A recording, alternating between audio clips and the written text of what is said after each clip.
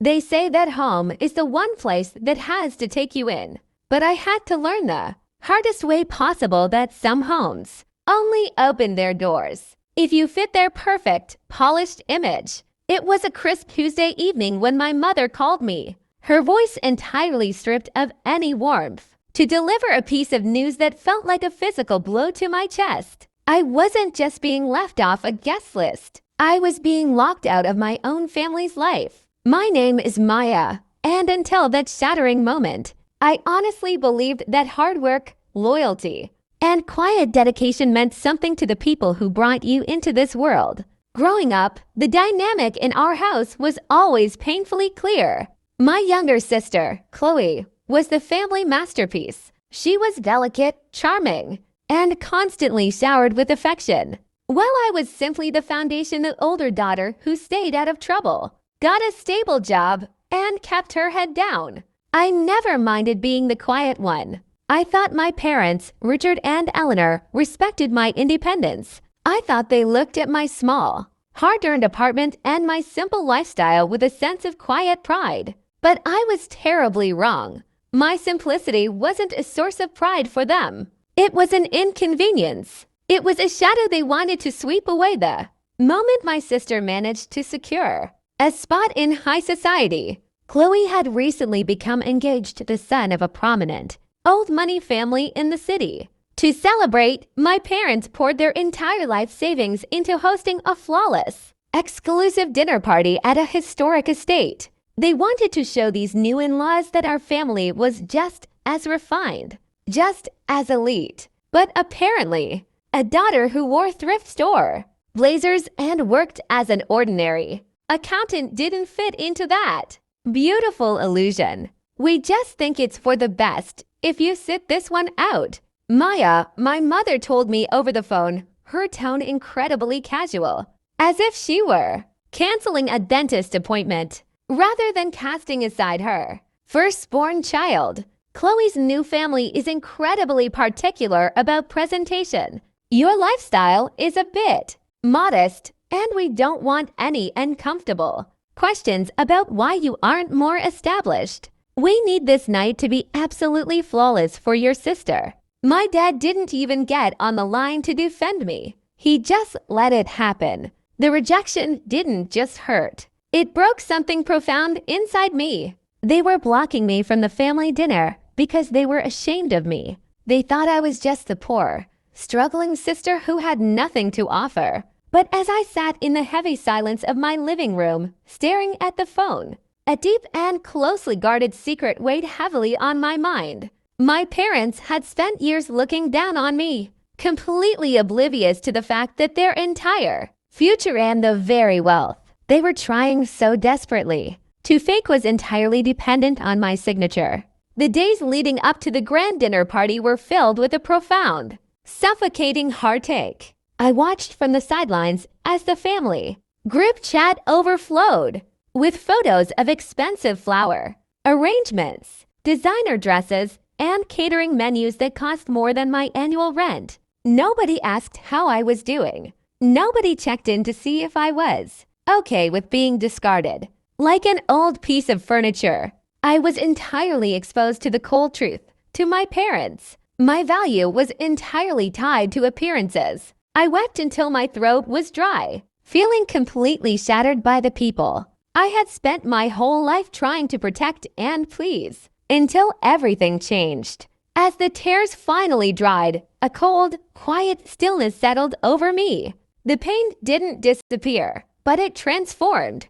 It turned into a rigid, unyielding strength. I realized that crying over people who treated love like a business transaction was a waste of my spirit. It was time to look at the reality of things, specifically the legal folders sitting in my small home safe. Years ago, my maternal grandfather passed away. He was a wealthy, self-made man who absolutely despised the superficial, materialistic lifestyle my parents were drifting toward. He saw how they spoiled Chloe and ignored my quiet determination. Before he closed his eyes for the last time, he bypassed my parents entirely and established a massive, blind family trust worth $15 million.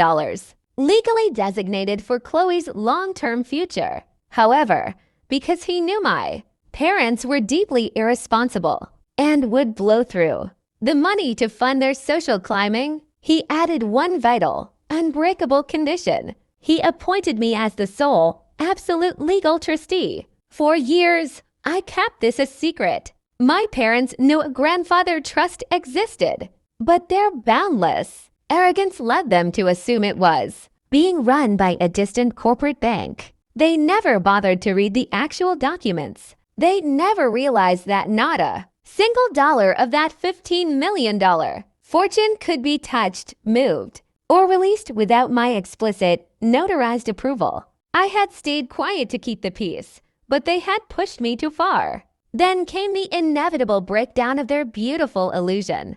Just 24 hours before the grand dinner, my phone rang. It was Chloe, and her voice was a high-pitched gale of pure panic. "Maya, you have to help us right now," she cried, completely forgetting that she hadn't spoken to me in weeks. "The estate coordinators and the high-end jewelers are demanding immediate, certified payments to secure the venue and the ring for tomorrow night. Dad's credit lines are completely maxed out. Mom said there's an immediate release clause in the grandfather trust for family milestones. We need you too. Call the bank and authorize a $300,000 emergency transfer right this second." I leaned back in my chair, a sudden, cinematic calm washing over my entire body. They had blocked me from the dinner table, yet they expected me to quietly finance the very event designed to exclude me. They had treated me like an embarrassment, entirely unaware that they were standing on the edge of a financial cliff, begging the person they pushed aside to save them.